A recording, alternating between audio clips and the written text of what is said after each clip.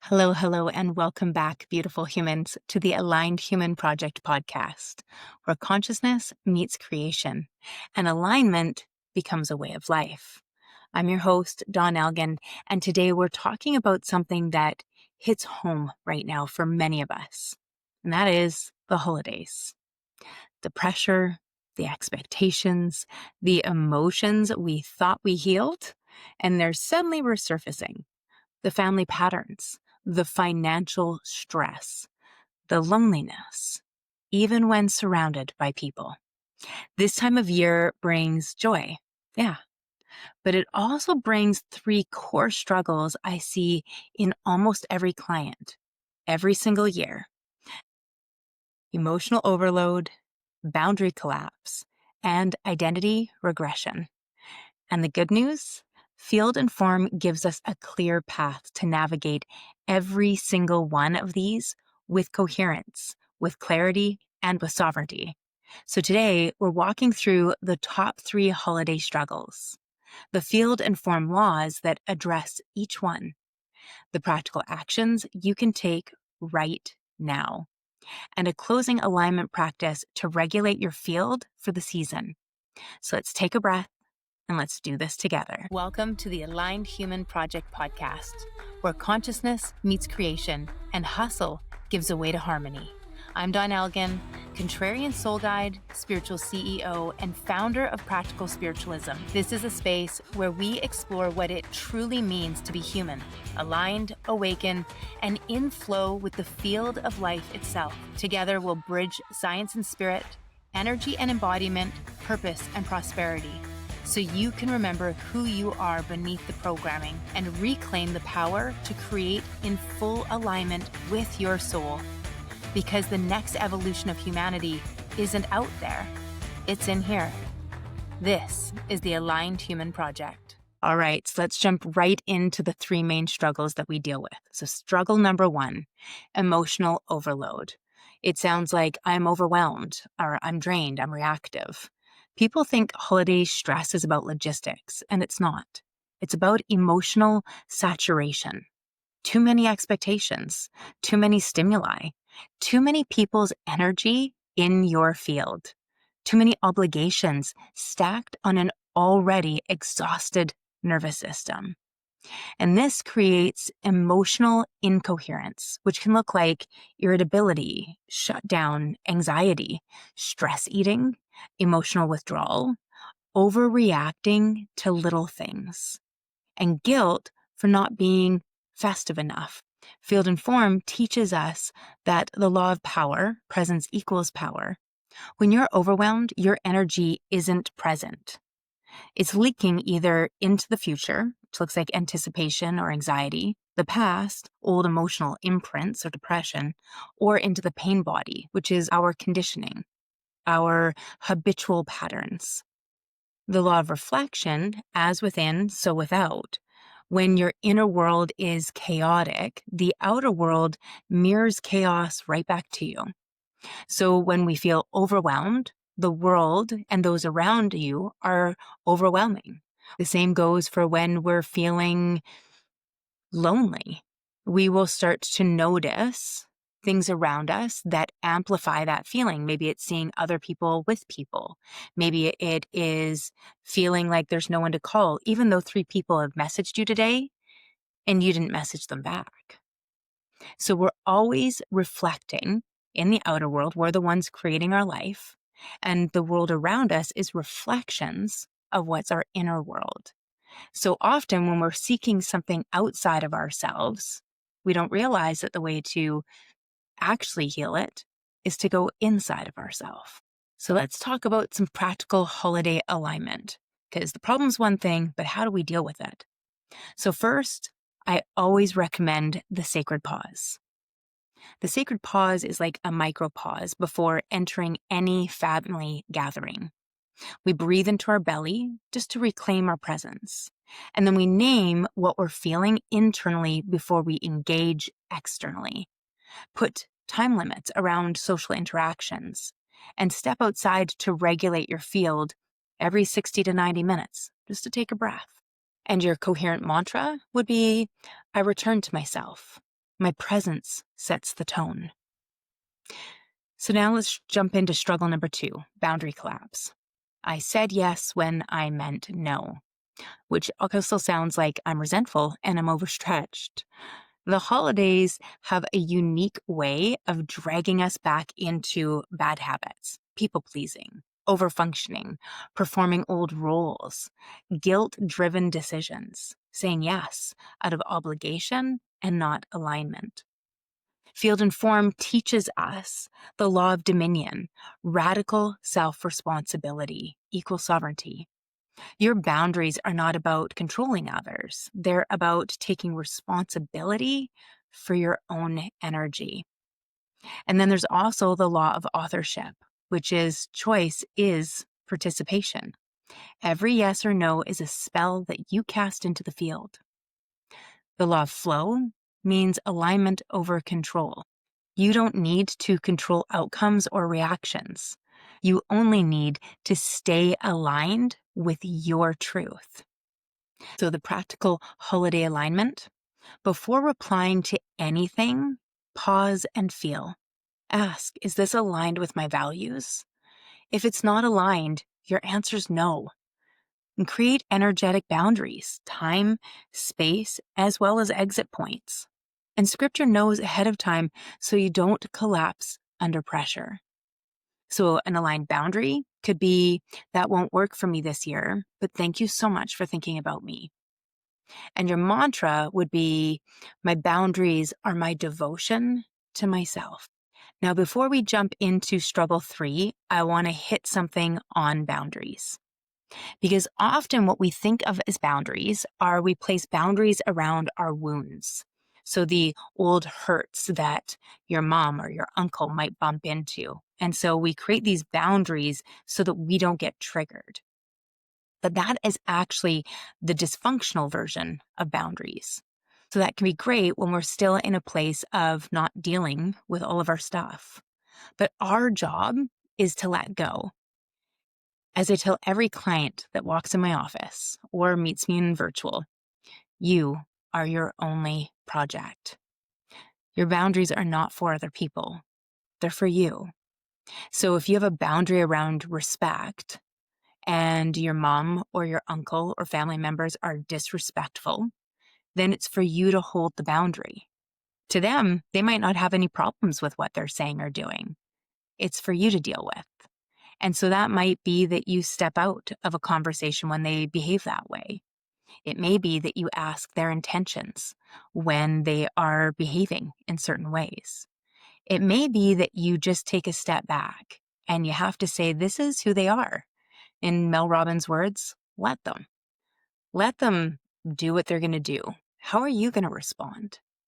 And boundaries are about that. Our boundaries are about our values. So it's important that we know our values. That being said, I will put a link in the show notes for my free values worksheet so that you can figure out what are my values, knowing that your values are going to evolve over time because your values are what is in alignment with who you are today. And so where 10 years ago when I started with my values were freedom, courage, and wholeheartedness. And now my values are courage, curiosity, intuition, integrity, and sovereignty. And they've evolved over time. So what are your values? This will help you know what it is you need to do or not do to stay in alignment. Your boundaries are for you. They're for you and to help you stay in alignment. We can't change other people's behaviors. And other people don't have the same values as us. And so they might have a value of intellect, which would directly have an opposition to my value of intuition. And so it's important for us to recognize this. So while they may go on intellect and they feel completely fine arguing with me over what feels like intuitively a yes or a no, that's on them. And I can love that for them. But for me, my intuition is gold and it is my core value. So I do not negotiate it ever. So when we're moving into these family pieces, it's important for us to go in with this level of knowledge. What are my values? Based on my values, what are my boundaries? And how will I handle a situation that's not in alignment with them? This allows us to remain grounded, present, as well as in our adult seat. So rather than getting pushed into the victim or pulled into the child, can we hold our center? Your values will help you understand your boundaries, and that will help you stay in alignment. All of this helps us stay grounded. So on to struggle 3, identity regression. Why do I act like my 8-year-old self around my family? Or why do my wounds feel louder or right at the surface? This is a big one. During the holidays, we don't just revisit family. We revisit old identities. The child self, the people pleaser, the achiever, the peacekeeper, the invisible one, the responsible one. Family systems pull us back into familiar, energetic roles, even if we've outgrown them. So Field and Form teaches us through the law of becoming, conscious creation is always constant. So just because you played a role once doesn't mean that you must continue to play it. You get to have new beliefs, new thoughts, new emotions, and new behaviors. The law of paradox, duality is the teacher. You can love your family and outgrow the version of yourself that they know. The law of divine intelligence, grace and guidance are cofactors. You can ask the field to support a new identity. You don't have to hold it alone. You never have been. So the practical holiday alignment, first, name the version of you that shows up. And name up the version of you that wants to show up. And then choose consciously to enter as your aligned self. To do this, we want to establish internal cues, hand on heart, come back to truth. And let discomfort be the indicator that you're evolving, not failing. And the mantra here would be, I choose who I am in every moment. Now, this is a good place for us to take a pause and a real quick word from our favorite sponsor, me. I want to tell you about something I am so excited about. It's called Align Your Life, and it's my new year-long immersion where we journey through the 12 laws of co-creation, one each month, in life, in business, in relationships, and in healing. You'll get 45 minutes of deep teaching and then live coaching love seats where you can bring what's real for you right now.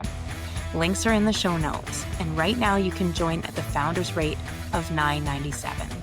This is your invitation to stop just learning alignment and start living it. Thank you so much for sticking with me.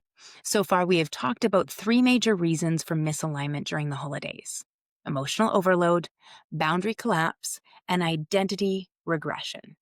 So now let's talk about putting it all together. Field first, form follows.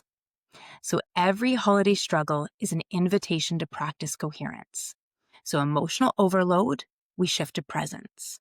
Boundary collapse, we shift to sovereignty. Identity regression, conscious authorship. Field first, form always follows. Emotional overload, we want to move into presence. So what do I mean by this? So when we're starting to feel triggered, we're feeling emotionally overloaded. This is a perfect place to take a really deep breath, and maybe it means going to the bathroom or stepping outside for a moment. To come into presence, the easiest way is to follow our breath. We pause, we feel, we realign. We don't negate our emotions, we don't belittle them. We're allowed to feel what we feel, but emotion itself only has a 90-second lifespan if we do not attach a reason or resist it or grip and cling on to it. So, what I mean by this is we would take the moment and we would pause, take a breath. I usually do this in live time with people right in front of me, and it would look like this.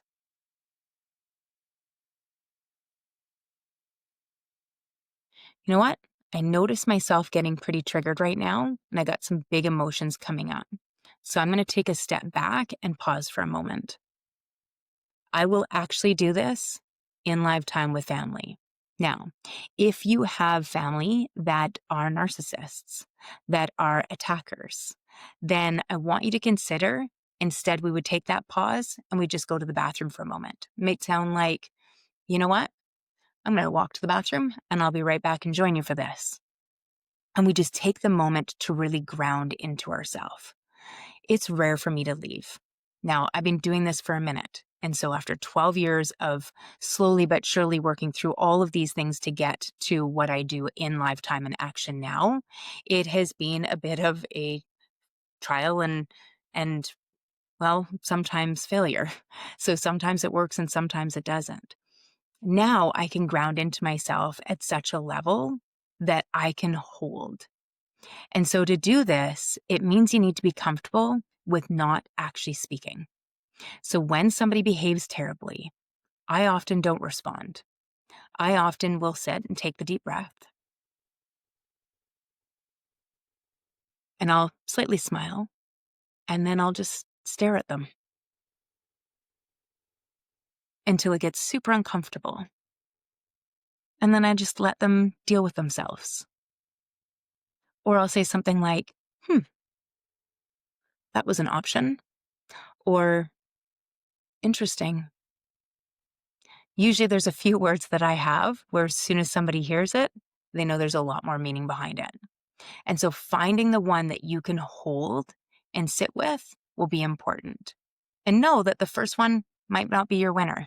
It may be that you need to try a few out and see what is going to be your way of holding your center to get really, really present with them, looking and seeing beyond their words into their own struggles that they are perpetuating out onto you.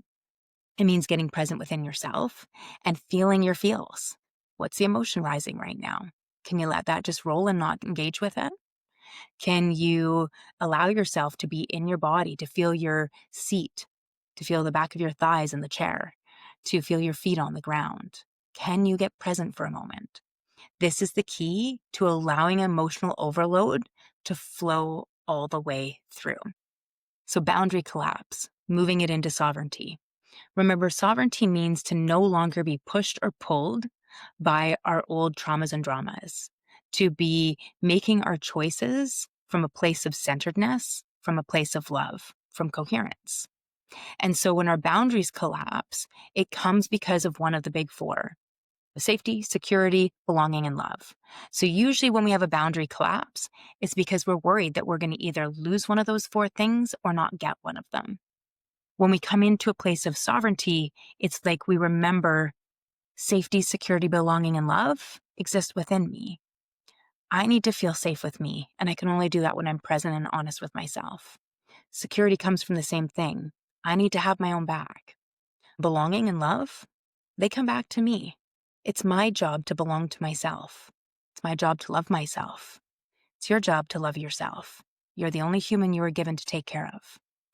So it's always a place for us to consider when our boundaries are starting to collapse. What am I trying to get from them that I need to give to myself? That is the step into sovereignty. Identity regression into conscious authorship. So what that means is instead of regressing back into the inner child, to regress back into the victim, to regress into a former version of ourselves, we want to become a conscious author of our life, which means that we are making a choice. Again, we come to the sacred pause to take the breath. And the quick question would be, who do you choose to be in this situation?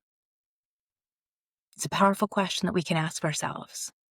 Who do you choose to be? Because in this story, the prince and princess, they save themselves. Remember, field first, beliefs, thoughts, emotions, and the form follows.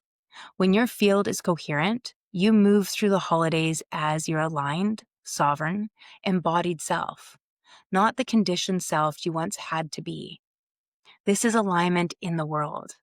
This is what it means to be an aligned human. Let's finish today's episode with a closing alignment practice. Just a quick 60-second holiday reset. So you can save this or come back to it at any point. We want to place our hand on our heart or fingertips, and this just brings our awareness out of our head and into our heart. We take a nice breath, slow through the nose, pause at the top, and slow, longer exhale And this just helps shift us into a state of rest and reset. So take it easy. And then whisper to yourself, I am safe. I am sovereign. I am present. I choose coherence. Let your nervous system settle. Let your chest soften, and let your field expand. This is your anchor. This is your power. This is how you stay aligned through the season. And remember, pause, take the breath, feel, be present with yourself, and align with your values, your desires, and who you choose to be today. Until next time, you are the field. You create the form.